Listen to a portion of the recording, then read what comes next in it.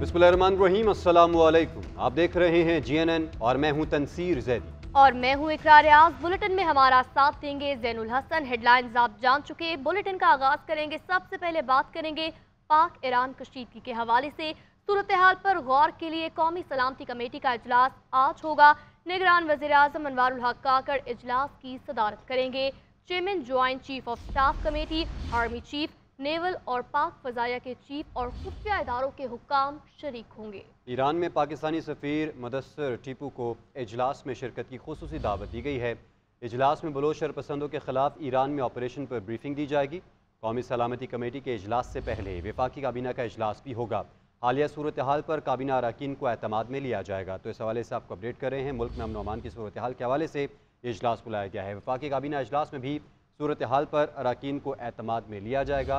इसके अलावा पाक ईरान कशीदगी में कौमी सलामती कमेटी का इजलास आज होगा, जिसमें काबीना अरकान भी शिरकत करेंगे और मौजूदा सूरत हाल के हवाले से उनको ब्रीफ किया जाएगा, एतमाद में लिया जाएगा। आर्मी चीफ, नेवी और फ़ज़ाइये के सरबराह भी इजलास में शिरकत करेंगे। पाक ईरान सरहदी सूरत हाल और आइंदा के लाहे अमल पर गौर किया जाएगा। मौसमी सूरत हाल की बात करें तो मुल्क के मैदानी इलाकों में धुंध का राज बरकरार है। पंजाब, सिंध और खैबर पख्तूनख्वा में हद निगाह इंतहाई कम होने के बायस मोटरवेज मुख्तलिफ मकामात पर बंद कर दी गई। आज भी दर्जन भर मुल्की और गैर मुल्की फ़्लाइट्स मनसूख कर दी गई। 6 को मुतबादिल एयरपोर्ट्स पर उतारा गया। धुंध के बायस ट्रेनों का शेड्यूल भी मुतासिर रहा। उधर बलोचिस्तान के अजला कोयटा, गवादर, चागी, कल्लात, बारखान, खारान और ज़ियारत में गरज चमक के साथ बारिश का इम्कान है। स्कर्दू में दर्जा हरारत -9, गिलगित और अस्तोर में -6 तक गिर गया। पहाड़ों पर हल्की बर्फबारी और मैदानी इलाकों में सर्द हवाओं से मौसम मजीद सर्द हो गया।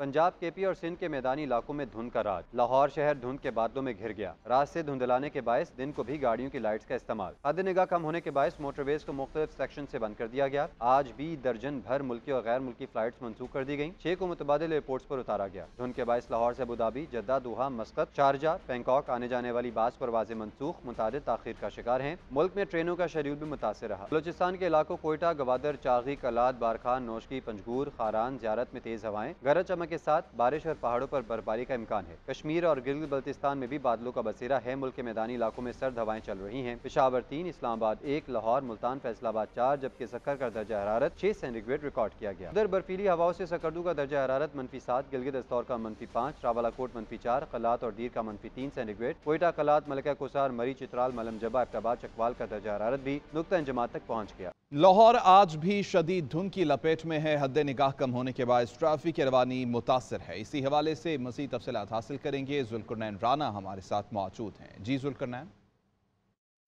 लाहौर में धुंध का राज बरकरार है, जिसकी वजह से सर्दी की शिद्दत में जो है वो इजाफा देखा जा रहा है। हद निगाह सिफर होने से मोटरवे को जो है मुकम्मल तौर पर बंद किया गया है और गाड़ियों को मुतबादिल रास्ते की तरफ, GT रोड की तरफ मोड़ा गया है, जहां पर फोग लाइट्स और कतारों में चलने की हदायत जो है की गई है। इसी तरह से जो एयरपोर्ट है वहां पर भी हद निगाह सिफर होने से जो शेड्यूल है फ़्लाइटों का वो शदीद मुतासिर है। फ़्लाइटों का जो शेड्यूल है वो अब रीशेड्यूल जो है वो किया जाएगा। इसी तरह से ट्रेनों की बात करें तो ट्रेनों का शेड्यूल भी जो है वो धुंध के बायस शदीद मुतासिर है। ख़ासतौर पर जो कराची से लाहौर आने वाली ट्रेनें हैं वो 6 से 8 घंटे तक जो है वो ताख़ीर का शिकार हैं, जबकि जो लाहौर से जाने वाली ट्रेनें हैं उनकी ताख़ीर भी जो है वो 4 से 5 घंटे जो है वो बताई जा रही है। इस हवाले से जो लाहौर शहर के अंदर जो है वो धुंध 50 मीटर से 100 मीटर तक जो है वो रिकॉर्ड की गई है, जिसकी वजह से सुबह ऑफिस जाने वाले शहरियों को खासी परेशानी को जो है सामना करना पड़ रहा है। महकमा मौसमियात का ये कहना है कि धुंध जो है वो आइंदा हफ्ते जो है वो मज़ीद भी बढ़ेगी और शहरी जो है वो कम से कम सफ़र करें। जी आगे बढ़ेंगे। सियासी मंजरनामे से खबर शामिल करेंगे। तहरीक इंसाफ ने मखसूस नशिस्तों के हुसूल और बल्ले के निशान की वापसी से मुतल्लिक कोशिशें अपनी तेज कर दी हैं। PTI ने दोनों मामलात पर इलेक्शन कमीशन से रुजू किया है। ज़राए के मुताबिक बैरिस्टर गौहर खान ने इलेक्शन कमीशन से मुलाकात की है। मुलाकात में आज़ाद उम्मीदवारों की तहरीक इंसाफ में शमूलियत और इंट्रा पार्टी इंतखाबात के हवाले से गुफ्तगू की गई। ज़राए इलेक्शन कमीशन के मुताबिक कानूनी तौर पर इंट्रा पार्टी इंतखाबात कराने के बाद बल्ले का निशान PTI को मिल जाएगा। PTI इंट्रा पार्टी इंतखाबात किसी भी वक्त करवा सकती है। ज़राए के मुताबिक PTI ने नए इंट्रा पार्टी इंतखाबात करवाने पर मुशावरत शुरू कर दी है।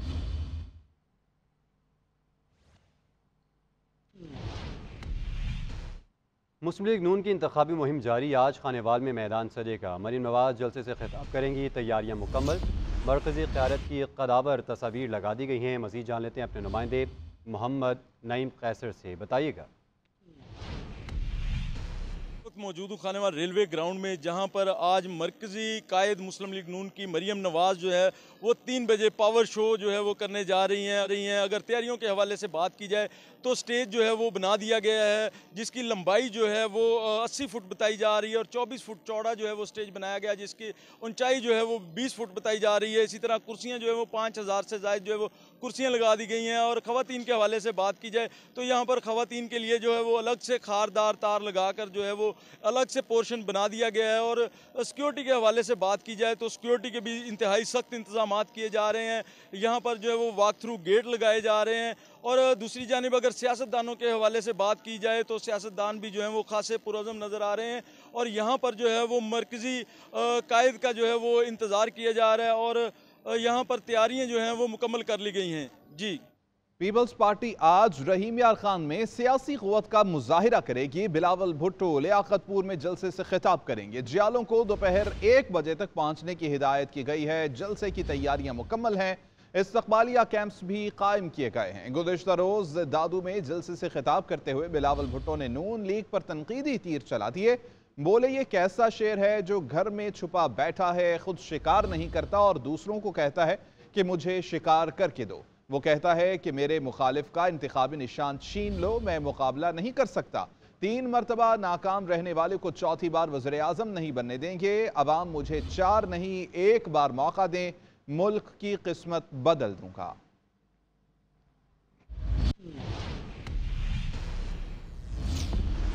Welcome back. بلیٹن میں آگے بڑھیں گے اور آپ کو بتائیں گے کہ بانی پی ٹی آئی اور بشرا بی بی کے غیر شرعی نکاح کیس کے خلاف درخواست پر سماعت۔